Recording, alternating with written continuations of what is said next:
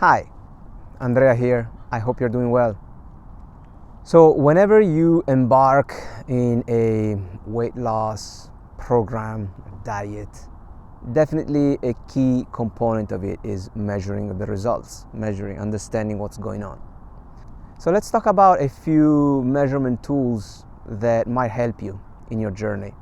And when I think about measurement tools, I usually think about two distinct categories, like results-driven tools and education-driven tools. So let's start with the first. So the most obvious one, and the one that everybody uses, is the scale. So the problem with the scale is that it measures your body weight. And that's it. It doesn't give you any additional information.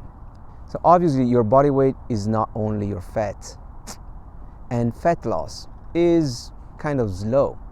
All the changes, all the fluctuations on the scale that you see day by day are primarily fluids, water, how your body is retaining or disposing of water. One of the typical suggestions that I give to my clients is to not step on the scale too frequently. Another measurement that is kind of related to weight is the BMI. The BMI index is basically a formula that calculates a number based on your weight and on your height. Even that number is not very relevant. I mean, for a standard person, it might be okay because you might have a normal, whatever normal is, but a average body composition. So yeah, it might give you an idea. But obviously if you are very muscular, then you will have a high BMI, but you're not fat. So BMI is like the scale, a number, a reference number. Probably a more useful measurement in this category is the body fat percentage. There are a few ways to measure it. Probably the most accessible and affordable would be to buy a scale that measures body fat. Accuracy would be very low, but as long as the measurements are consistent, you can see the trend at least, even if the number is not exactly precise. So for example, my gym has a scale, a professional scale, that supposedly is more precise than one of those scales that you can buy at home. And it will measure body fat, water, visceral fat, and other things. So the body fat measurement is a great measurement, results-driven measurement that will tell you how you're doing in terms of your body composition. So the last result-driven measurement that I would like to talk about is a measurement of your insulin resistance. Especially when you start from a place where you are insulin resistant, then it is very useful to know where you are at with that particular measurement and see if what you're doing in terms of diet and habits is helping in resolving insulin resistance. And insulin resistance, there are, as far as I know, a few methods, but the two that I know of are calculating the HOMA-IR index, which basically is a formula that gets the fasting glucose, the fasting insulin, and spits out a number. And that number will tell you if you are how insulin resistant or how insulin sensitive you are.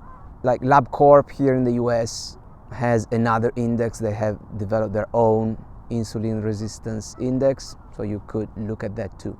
So let's talk about now the education-driven measurements. What does that mean? What are the education-driven measurements? So by education, I mean these are measurements that tell you something.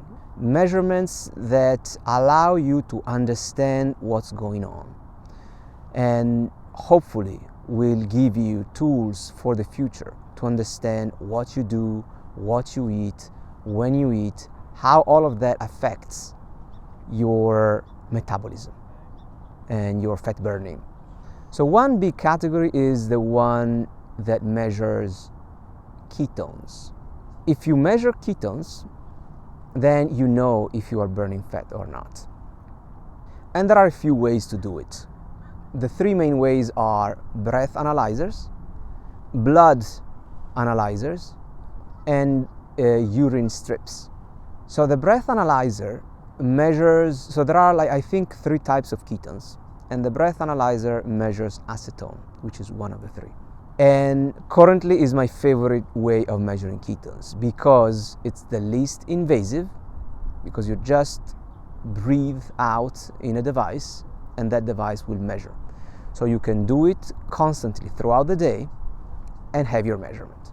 The blood ketone measurement is basically a device that will require you to draw some blood.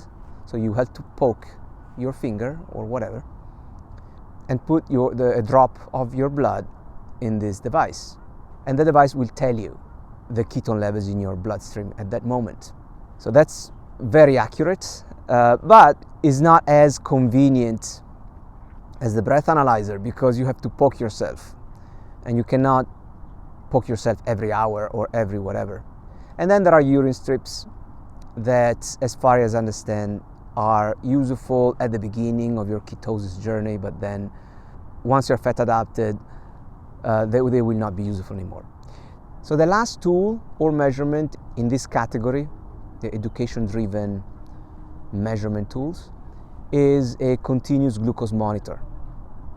Continuous glucose monitor is basically a patch that you can apply to your skin, and there is a sensor that is connected to your phone and measures your blood glucose continuously. So that is a great way to see how what you eat and what you do affects your blood sugar. And seeing that spike in blood glucose is a proxy to understand insulin as well.